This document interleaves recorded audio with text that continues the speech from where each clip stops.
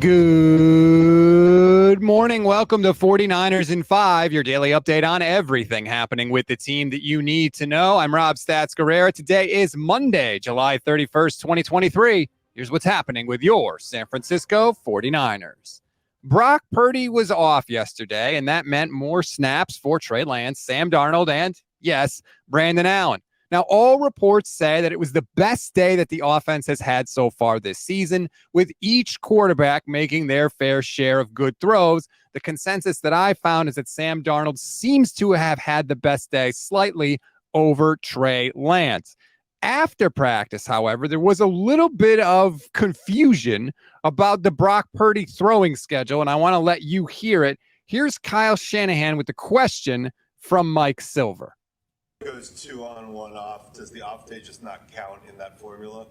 Well, no, he's supposed to take two days off, so that's why it's perfect for him. He gets the off day, and then he gets the 1 off today, and now he'll throw 2 days in a row. So does he go 2 on, 2 off?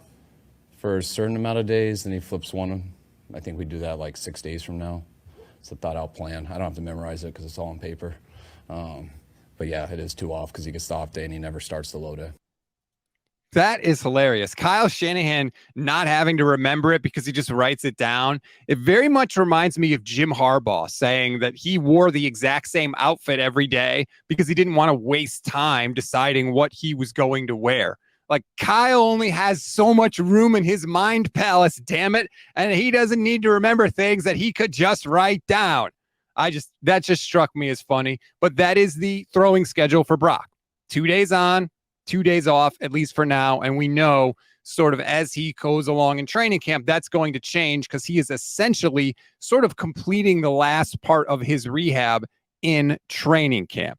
Moving on, run game coordinator Chris Forster said something last week that really caught my eye about third-round running back Ty Davis-Price. He gave a pretty shocking answer on what he needed to improve on. Here's Forster from last week.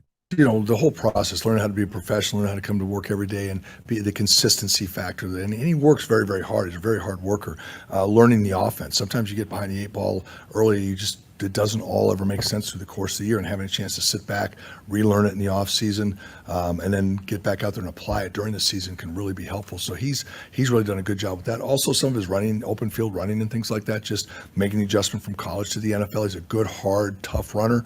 But again, a little bit of the elusiveness, hitting the holes with more consistency, like with speed and trusting, knowing what he's looking for, knowing what he sees and doing those things. It's all coming together for him. Again, we're a couple practices in. Okay, so just a quick recap. Ty Davis-Price needs to get better at his knowledge of the system, hitting the holes, elusiveness, and running in the open field. That's a pretty extensive list. Although, on the good side, after yesterday's practice, Kyle Shanahan weighed in and said there's some good news on that front. Taking a huge jump since last year. I mean, just the conditioning that he put in phase 1 and 2, what he did these 40 days away, just how good he was the first day we saw him in terms of his stamina, how he's running, understanding the offense, what we want out of him more. I thought he had a great OTAs, and he's come back, and he's even having better training camp. Was he swimming a little bit in this system last year? Yeah, I mean, lots of guys are when they get in. Just a different style, what we ask out of our guys, and it took him a little bit of time, and he was going to get an opportunity, though, early, especially when Elijah got hurt. But he got that high ankle sprain in week 2, and then was out a month and just fell behind. That's obviously good news to hear. All offseason, we have been told that he was not in the doghouse the same way that Trey Sermon was with the 49ers, and it looks like that is the case. It's good news on Ty Davis-Price turning things around. It's also good news because apparently Jordan Mason has developed a little bit of a fumbling problem in camp. He's got had a couple yesterday. That's not good, Jordan. You got to get that straightened out. We always give you one thing to read, one thing to watch, and one thing you might have missed. One thing to read on this Monday, Taylor Swift recently performed at Levi's Stadium, and while everybody in attendance may have been thrilled because she went on for like 3.5 hours, the people around the stadium and the city itself probably weren't. You can read why if you click the link in the description of the episode. Kind of funny, but also not really a big problem for Taylor Swift. Her tickets, some tickets anyway, were selling for $46,000 each. Damn, that's good work if you can get it. One thing to watch. 3 former 49ers were named semifinalists for the Pro Football Hall of Fame class of 2024. One is former running back Roger Craig, and two, a couple of coordinators you probably heard of, Mike Holmgren and Mike Shanahan. Oh, yeah, that guy. The next step in the process is a meeting scheduled for later in August to vote the list down to the finalists. One thing you may have missed, 2 former 49ers are back with the team.